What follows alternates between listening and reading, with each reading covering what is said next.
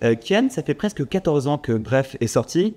14 ans, à l'époque, on disait encore sans ironie, et Colonel Rayel était top 3 des hits français. Pareil. Qu'est-ce qui a changé depuis? Est-ce que votre humour il a changé ou est-ce que vous faites toujours de la même manière en 2011 qu'en 2025?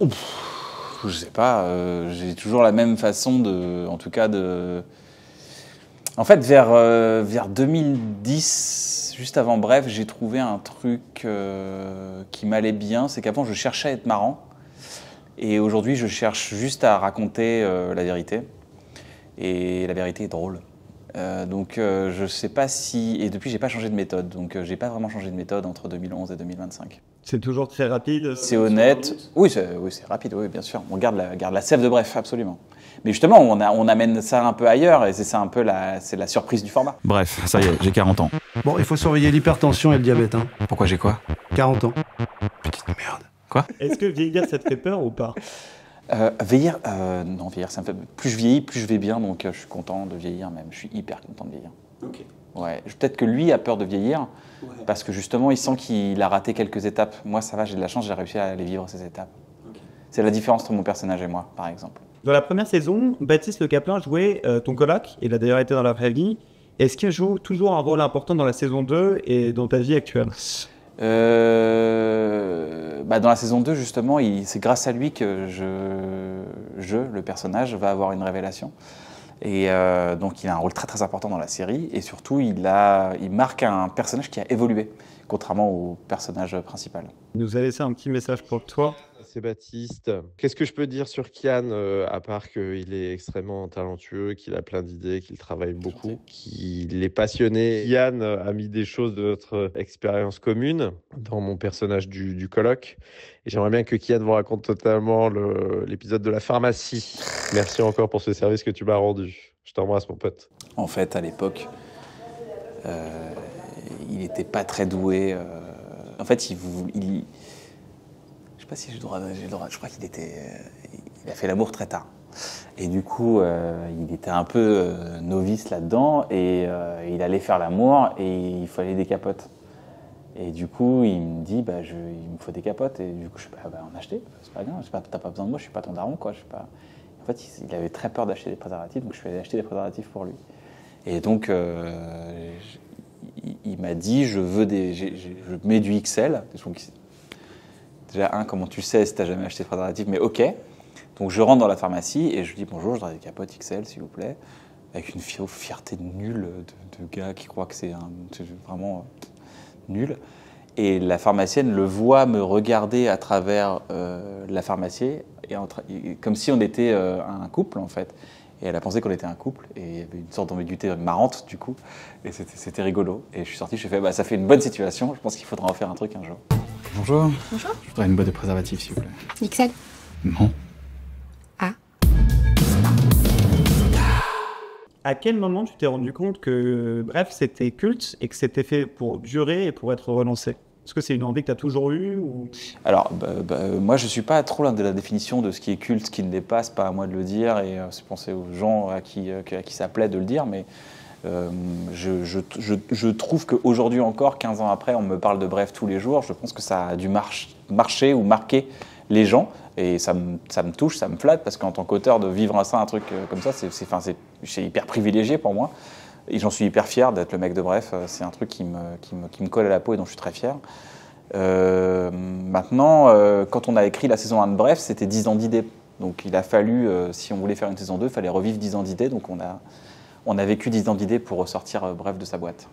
C'était le principal, c'était est-ce qu'on a assez d'idées? Si tu devais décrire Kian Kojandi en un mot. Réfléchi, Pulsion, drôle, humour, chauve, épicé, chauve, piquant, drôle, chauve, simple, pimenté, découvert, réconfort, perspicace, aile de poulet, marrant, les repas de famille, très bon format, marrant, chauve, bref, Ah, stylé. Il est stylé ton montage. Moi, je me souviens avoir regardé Bref, et je me souviens avoir reçu le suivi dans un bon moment et dans Antoine. Ouais. Et par contre, les gens que je voyais, ils pouvaient avoir 16 ans, 17 ans, 25 ans, 40 ans, et tout le monde te connaissait, pas forcément pour les mêmes formats. Ouais.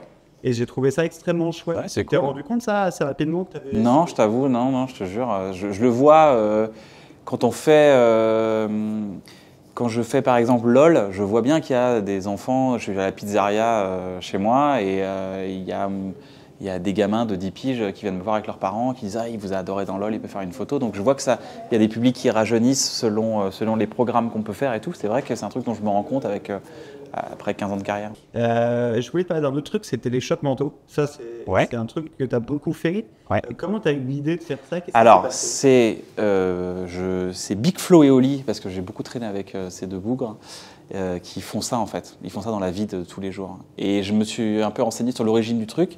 C'est un mec qui s'appelle Nardwuar, qui fait ça avec des rappeurs américains. People about this VHS cassette right here. I was curious, did you put this out? Oh my Kev. Et c'est super drôle quoi. Il va les voir, il fait qui était Madame Bénédicte et en fait le rappeur il fait wow Madame Bénédicte et tu sens que le mec il a un chaud froid et tout pareil. Donc ça vient de Big Flo et Oli et Nardwuar. Nous on a essayé de t'en faire un parce que j'ai absolument pas réussi à placer ni dans un script ni dans cette conversation. Mais là tu me fais pas un choc mental là, tu me l'offres. Et je voudrais que tu me dises comment tu l'aurais calé. Vas-y. La phrase c'est un endroit où l'ambiance n'est pas peinte sur les murs. Voilà. Comment t'aurais fait pour le mettre dans cette conversation? T'aurais pu faire bon, ça va Kian, tournez bien là. C'est bien en plus la salle, la loge est belle, c'est un endroit où l'ambiance n'est pas peinte sur les murs. On y va? Et là j'aurais fait genre Ah donc tu peux le mettre directement où tu veux. Ah ouais, cache. Ah mais c'est encore mieux. Là tu brutalises là. La personne elle est brutalisée après elle est là genre mon Dieu, cette personne a beaucoup d'esprit.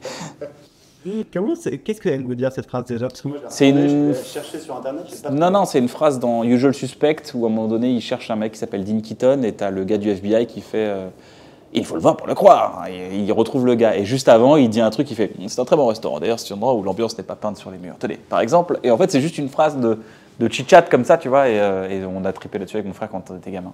Très bien. Et je le saurais pour c'est une phrase culte.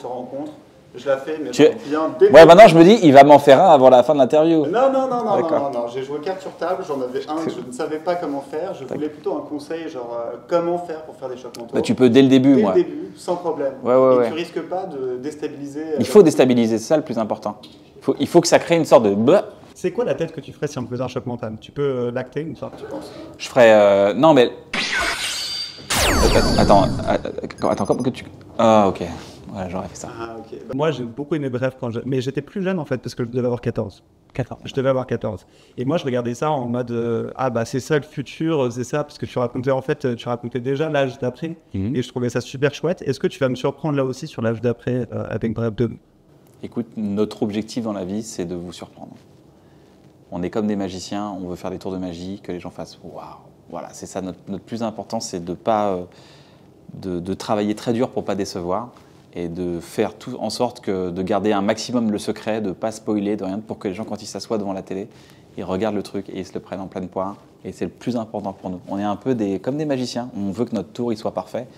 Donc on travaille très dur, très fort et on veut que tu kiffes. C'est vraiment le principal pour nous, c'est que tu kiffes et que tu ne sois pas déçu. Eh bien écoute, je vais regarder ça. J'espère que ça te plaira. Je suis sûr que ça me plaira. Merci beaucoup, Kian. Je t'en prie. Super sympa. Plaisir.